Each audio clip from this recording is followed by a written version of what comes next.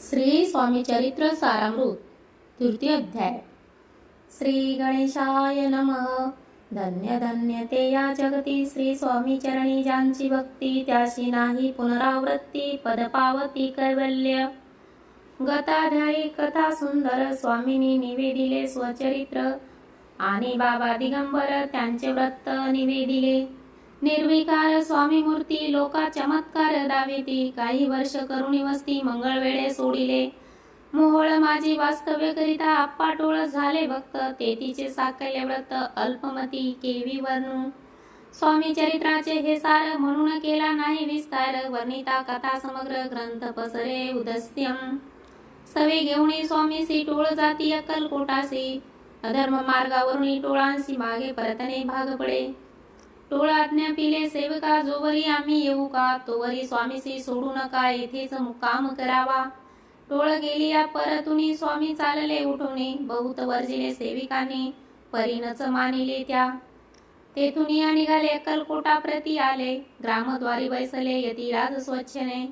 तेथे एक अविध होता तो करी तयांची थट्टा, परी काही चमत्कार पाहता महासिद्ध समजला। पूर्व पुण्यास्तव निश्चिती आले चोळप्पाच्या ग्रहाप्रती, स्वामीसी जाऊनी ईश्वर मूर्ती चोळप्पा करी आदर।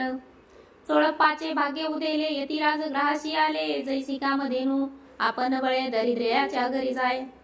पूर्व पुण्य होते गाठी म्हणून घडल्या या गोष्टी, झाली स्वामीराज भेटी परम भाग्य तयाचे।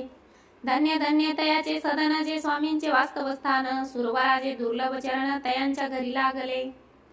योगाभ्यासी योग साधिती, तळी तापडी मार्गे श्रमती, निराहार किती राहती मौन धरिती किती एक चरणी उभे राहून सदा विलोकिती गगन। एक गिरीवरी बैसोन तपश्चर्या करिताती, एक पंचगी साधन करीती, एक पवनाने बक्षिती। कित्येक संन्यासी होती संसार अवघा सांडोणी, एक करीती कीर्तन, एक मांडिती पूजन, एक करीती होम हवन, एक षटकर्मे आचरिती। एक लौका उपैशीसी, एक भजना माझी नाचती, एक ब्राह्मण भोजन करीती, एक बांधिले देवालये। परिजयाचे चरण दुर्लभ सत्वयुग वाचन, केली यासी नाना साधन भावाविन सर्व व्यर्थ। योग यादिक काही चोळप्पाने केले नाही, परीस भक्ती सव पाही स्वामी आले सदनाते। तयाची देखून या भक्ती स्वामी तेथे भोजन करीती, तेव्हा चोळप्पाचे चित्ती आनंद झाला बहुसाळ। तैसापासून तयाच्या घरी राहिले स्वामी अवतारी, दिवसेंदिवस चाकरी चोळप्पा करी अधिकाधिक। तेही राज्य पदाधिकारी मालोजी राजे गादीवरी, दक्षासुनी कारभारी परमज्ञानी असती जे।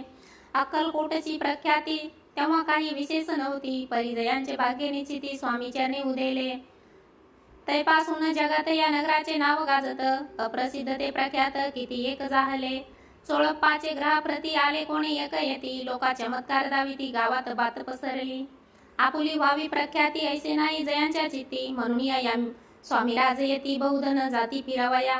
लोकां माझी पसरली मात नरपाशी कळला वृंतांत, की आपुलिया नगरात येती विख्यात पातले। राती चोळप्पाच्या घरी दर्शना जाती नर नारी, असती केवळ अवतारी लीला ज्यांची विचित्र।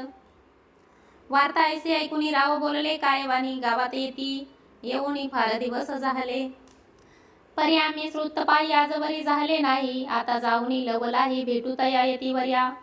परी ते एक केवळ अंतर्ज्ञानी, ऐशी वार्ता ऐकली कानी, हे सत्य तई येऊनी आताच देती दर्शना।